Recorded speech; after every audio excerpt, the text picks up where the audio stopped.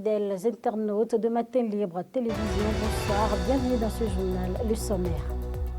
Changement de cap pour Guy Dossou Tokpe après sa démission des démocrates. L'acteur politique affiche désormais son soutien à la candidature de Romuald Wadayi. Plus de précisions dans un instant. Clap de fin pour la première session ordinaire de l'année 2026 du CES. Entre enjeux environnementaux et développement touristique, le président Conrad Gbagidi donne le ton pour la suite. Le compte rendu dans ce 22. Une mission de la CEDEAO en visite à la Sénat ce jour. Au cœur des échanges, les préparatifs pour le compte de la présidentielle du 12 avril prochain. C'est tout pour le sommaire, le développement.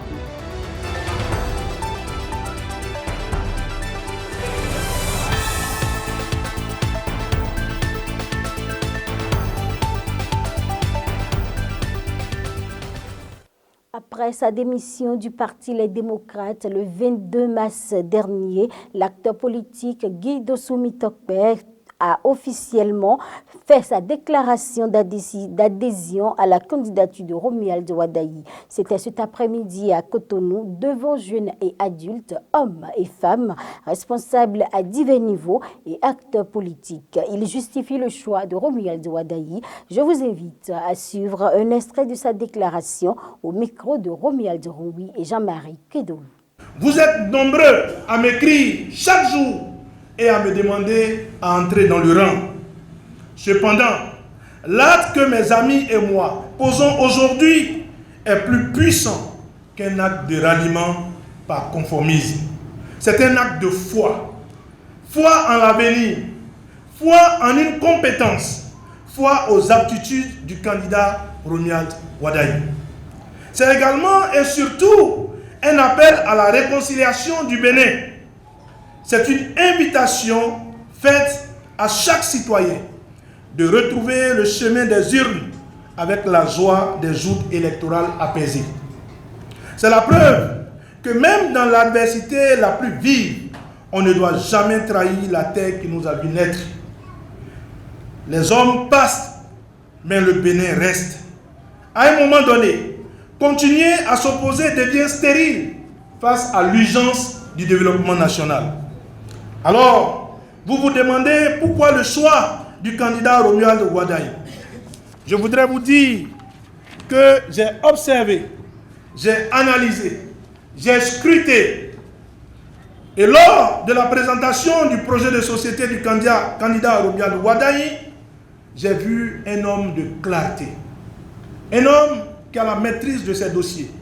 J'ai vu un homme de vision ce jour, qui en 30 minutes a démontré qu'il ne cherchait pas simplement un poste, mais qu'il habitait une vision.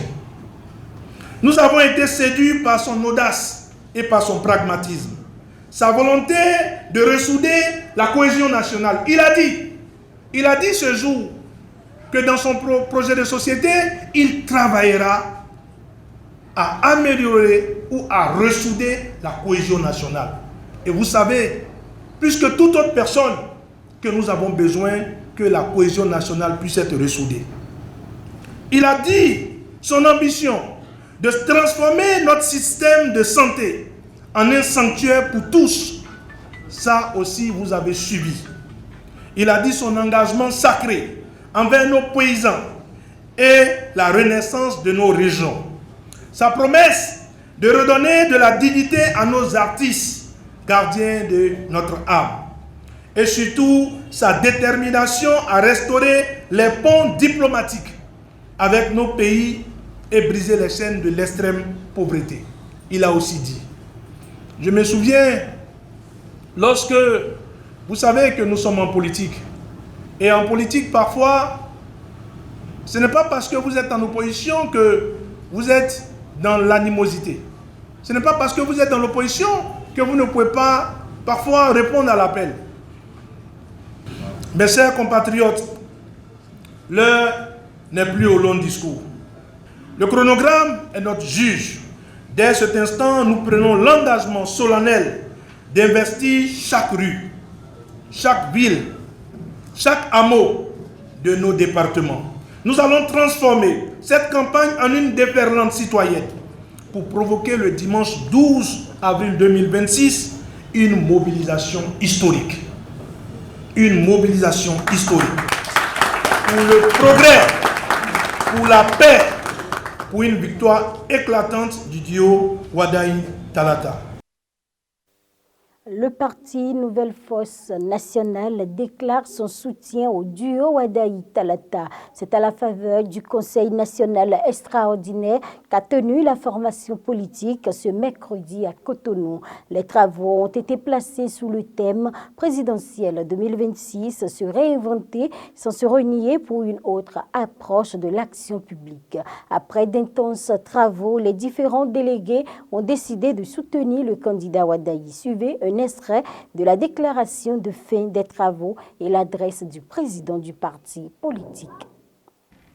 Le parti Nouvelle Force Nationale soutient officiellement M. Romuald Wadayi à l'élection présidentielle d'avril 2026.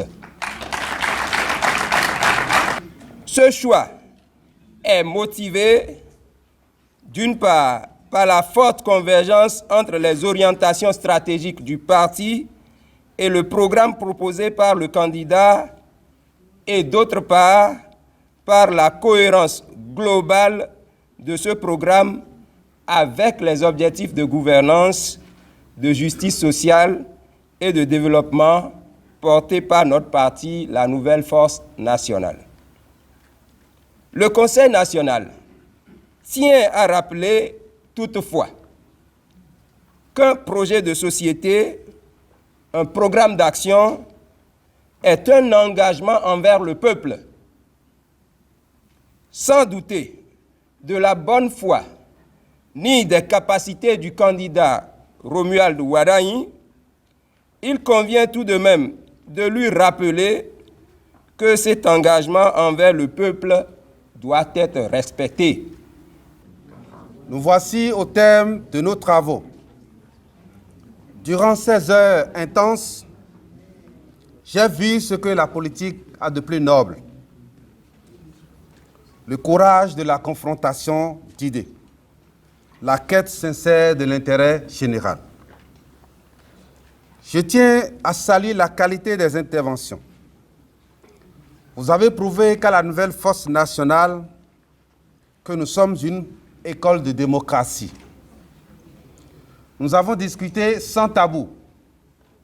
Nous avons pesé chaque argument, car nous savons et nous savions que de nos conclusions dépendra la place de notre formation politique dans l'histoire de ce pays. Le thème de ce congrès, de ce conseil, se réinventer sans se renier, a trouvé sa pleine expression. Se réinventer, c'est accepter que le contexte politique de 2026 n'est plus celui de 2019 ou celui de 2021. C'est comprendre que porter la voix des sans-voix pour défendre nos artisans, nos enseignants et notre jeunesse, nous devons parfois sortir de notre zone de confort pour investir les espaces de décision. Nous avons pris une direction majeure concernant le soutien au candidat Romuald Wadayi. Que ce choix soit une adhésion stratégique ou une réserve constructive, il est désormais notre choix collectif. Clôture ce jour de la première session ordinaire de l'année 2026 du Conseil économique et social. Une journée riche en débats avec des communications sur des enjeux majeurs comme la lutte contre la pollution par les sachets plastiques ou encore le développement du tourisme national. Mais c'est surtout le discours de clôture du président Conrad Gbagidi qui a marqué les esprits. Plus de précisions dans ce reportage. La première session extraordinaire du Conseil national du Conseil économique et social CES pour l'année 2026 s'est officiellement close aujourd'hui après une journée riche en échanges et en décisions stratégiques. Parmi les moments marquants de cette séance, l'examen et l'adoption du procès-verbal des séances plénières ont permis de valider les travaux réalisés tout en posant les bases pour les prochaines étapes. Dans son discours de clôture, le président Conrad Gbagidi a tenu à souligner l'importance de la collaboration et de l'engagement de tous les membres pour la réussite de cette session.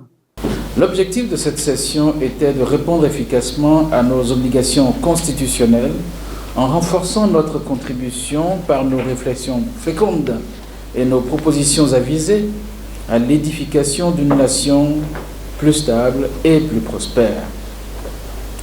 Je puis affirmer, au regard des indicateurs objectifs, que cette édition du FONACES a été un véritable succès. En témoignant la mobilisation exceptionnelle de plus de 1200 participants, l'animation de 4 panels de haut niveau et la pertinence des 11 recommandations phares issues de nos travaux. Cet engouement de la population béninoise confirme, si besoin en était, le caractère éminemment actuel et préoccupant des sujets abordés. Permettez-moi de m'attarder un instant sur ce concept novateur du panier citoyen que nous avons forgé. Il marque une rupture fondamentale avec la notion dépassée du panier de la ménagère. Il ne s'agit plus pour le Béninois d'être un consommateur passif, subissant les fluctuations des prix par sa seule subsistance, mais de faire de la consommation familiale un véritable acte économique, responsable et patriotique. C'est avec la conviction que nous portons là un projet transformateur pour notre société que je voudrais saisir cette heureuse occasion pour renouveler mes sincères remerciements au chef de l'État, le président Patrice Talon, qui a autorisé la tenue de ce forum. La présentation officielle le 4 mars 2026, en présence des plus hautes autorités de la République, du rapport des avis et recommandations du Conseil économique et social durant la première année de notre mandature, reste l'un des événements les plus marquants de notre session. En guise de reconnaissance du travail abattu, nous avons eu le bonheur d'entendre le président de la République déclarer: votre parcours au sein du Conseil économique et social durant ces 12 mois vous donneront une vie éternelle à l'institution. Ces propos réconfortants du chef de l'État constituent en même temps un défi pour nous, puisqu'il nous invite par ailleurs à consolider davantage notre méthodologie ainsi que la portée de nos interventions. C'est dans ce cadre qu'il a été préconisé la tenue imminente d'un séminaire de concertation réunissant le gouvernement, l'Assemblée nationale et notre institution. Je voudrais alors vous inviter à rester mobilisés pour répondre à l'appel du devoir. Si nous avons satisfait aux exigences légales en présentant au président de la République les fruits de nos efforts relativement aux avis et recommandations, j'ai, en ce qui me concerne, présenté au Conseil national, et ce, conformément à la loi, mon rapport d'activité au titre de l'année écoulée. Ce bilan, qui a bénéficié de la confiance de vous tous, conseillers, est la preuve que nous avons effectivement compris qu'en travaillant en synergie, nous pouvons entreprendre de grandes choses. Cette session est également l'occasion d'adopter le compte-rendu et le procès-verbal des séances plénières de la première session extraordinaire du Conseil économique et social pour le compte de l'année 2026 et d'avancer significativement sur l'étude des sujets d'autosaisine avec l'audition des personnes ressources et la préparation des projets de rapport et de recommandations. Les précieuses données recueillies nous serviront désormais de levier pour enrichir nos travaux d'autosaisine. Plus encore, cette rencontre jette les bases d'un partenariat dynamique et d'un cadre d'échange continu entre notre institution et cette représentation diplomatique afin d'aligner nos recommandations sur les meilleures pratiques de coopération au service de nos populations. Le Bénin se construit patiemment. Et comme le rappelle un de nos vieux adages, l'arbre que l'on plante aujourd'hui est l'ombre sous laquelle la nation se reposera demain. Continuons donc à semer les graines de la paix et de la prospérité pour notre pays. Avec ces mots, le président Gbagidi a officiellement clos les travaux de cette session, laissant place à une nouvelle étape, la mise en œuvre des décisions prises. Une chose est sûre, les enjeux sont clairs et les attentes sont grandes. Le Conseil national du Conseil économique et social a désormais la lourde tâche de transformer ses engagements en actions concrètes pour le développement du pays. Suivez à présent les impressions de quelques conseillers à la fin de la session.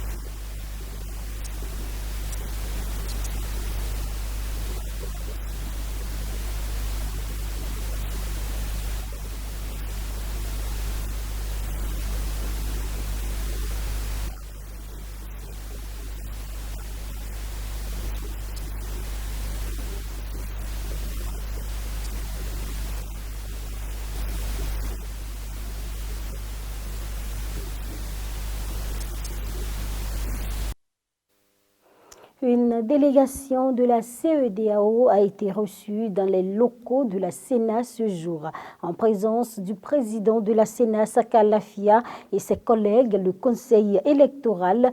Une réunion s'est tenue. Les grandes lignes de cette séance ont été confiées à la presse par le chef de mission CEDEAO. Il est au micro de Hospice, Yevimi Hunton et Anan Adegbola. Bon, c'est une visite de courtoisie. Nous venons nous présenter parce que c'est la Sénat qui organise l'élection. Nous sommes venus pour observer l'élection. Donc il est naturel qu'on vienne voir la Sénat. Et nous sommes là pour nous enquérir de l'état des préparatifs où nous, la CEDEAO, pouvons venir en soutien aux besoins. La Sénat nous a dit qu'elle est prête, que les élections se sont passées législatives au mois de janvier. Et nous allons donc voir comment les choses vont évoluer. Et bien sûr, nous allons rencontrer d'autres partenaires, d'autres parties prenantes au processus pour avoir beaucoup plus d'informations. À Porto Novo, ferveur religieuse et engagement citoyen se sont mêlés lors d'une grande prière dédiée à la nation. Fidèles, autorités et guides religieux se sont réunis pour implorer la paix et la réussite des échanges, des échéances à venir. Un moment fort marqué également par des hommages au président de la République, Patrice Talon. Voici le reportage. C'est un événement de grande portée spirituelle et empreinte de patriotisme que ces hommes et femmes ont pris part ce 25 mars 2026 à Porto Novo. L'objectif visé par cette grande prière à la nation est le renforcement de la paix et la stabilité du pays. Cette rencontre spirituelle a également été marquée par des hommages rendus au président de la République, Patrice Talon, salué par son engagement à la tête du Bénin. L'initiateur de cette rencontre, tout en rendant hommage au chef de l'État, a invité les imams à élever des prières sincères pour la nation, afin que le Bénin continue d'avancer dans l'unité et la cohésion. Alors que nous nous préparons à entamer la campagne pour les élections présidentielles, nous plaçons notre confiance en Allah, qu'il guide nos pas, éclaire nos esprits et unisse nos cœurs autour des valeurs de solidarité et d'amour pour notre chère nation, sous le commandement futur de notre duo candidat Wadaï Talata, Inch'Allah. Vos éminences et chers imams, vos érudits, les grands chefs ici présents, prions ensemble pour la paix, pour un avenir radieux pour le Bénin, pour la réussite de notre duo candidat Wadaï Talata et pour la continuité de l'œuvre que le président Talon a débuté avec tant de courage et de passion. Elles sont nombreuses, ces autorités, à y prendre part. La plupart ont salué l'initiative forte de sens dans un contexte national marqué par les enjeux majeurs. Je crois que chaque Béninois aujourd'hui, où qu'il soit, et même beaucoup d'Africains aujourd'hui, constatent effectivement que le président Patrice Talon est un agmonon. Il est si agmonon qu'il a réussi à plusieurs niveaux où on ne s'y attendait même pas. Et il était intéressant, il était important, il était nécessaire de venir prier pour lui et prier en même temps pour le duo que nous avons choisi pour le succéder. Et cette prière, au même moment que ça irait directement vers le président Patrice Talon, ira aussi à la rencontre du duo Wadaï Talata. Les 10 dernières années nous ont permis de voir que notre pays a vraiment changé. Et les réformes que nous n'avons pas pu mettre en œuvre pendant qu'on travaillait ont été mises en œuvre avec courage, dextérité, suivi. Et aujourd'hui, 10 ans, nous sommes en train de célébrer, de remercier Dieu d'avoir permis à celui qui nous a dirigés, le président Patrice Talon, de conduire ces réformes et de permettre au Bénin de faire les avancées que nous faisons. En même temps, il a préparé la relève. Cette relève, nous la saluons et il compte sur la jeunesse, il compte sur des gens qui sont compétents et des résultats. Je crois que nous avons souhaité, les imams ont souhaité aujourd'hui que Patrice Talon finisse en beauté. Aujourd'hui, on est fiers d'être béninois. Et celui qui a fait ça pendant 10 ans, je pense que c'est naturel, c'est normal de le remercier. Et c'est normal de le confier davantage à Dieu. Parce qu'il s'est privé. Il a sacrifié 10 ans de sa vie pour le Bénin. Maintenant, il va finir son mandat. Il faut que Dieu lui donne la santé. Il faut que Dieu lui donne la longévité pour qu'il puisse maintenant pouvoir vivre de tout ceci. Et c'est pourquoi je salue l'initiative du conseiller Isdine Bouraïma qui implore Dieu sur la vie du président Talon. Et en même temps, puisque nous allons bientôt aux élections, le 12 avril prochain, les Béninois vont voter pour choisir le dauphin du président. Il a demandé aux imams de prier pour le Bénin, pour que, comme à notre habitude, comme on sait bien passer ces moments-là, que ce soit des moments de fête, des moments de paix, des moments de convivialité, et que le dauphin, le duo dauphin du président Talon gagne avec maestria. Que ce duo-là gagne et que notre chemin qui a été balisé, que nous avons trouvé ensemble avec le président Talon, puisse continuer et que le Bénin puisse continuer à réaliser de grandes prouesses, puisse continuer à étonner le monde, puisse continuer à être crédible sur les marchés boursiers, puisse continuer à attirer tous les investisseurs. Cette grande prière aura été bien plus qu'un simple rassemblement religieux. C'est un véritable appel à l'unité, à la paix et à la responsabilité collective. Chers internautes, le progrès, c'est l'art de transformer les obstacles en opportunités, un pas à la fois. Ce sera tout pour ce 20h. Merci de nous avoir suivis. N'oubliez surtout pas de vous abonner à notre chaîne YouTube pour ne manquer aucune information.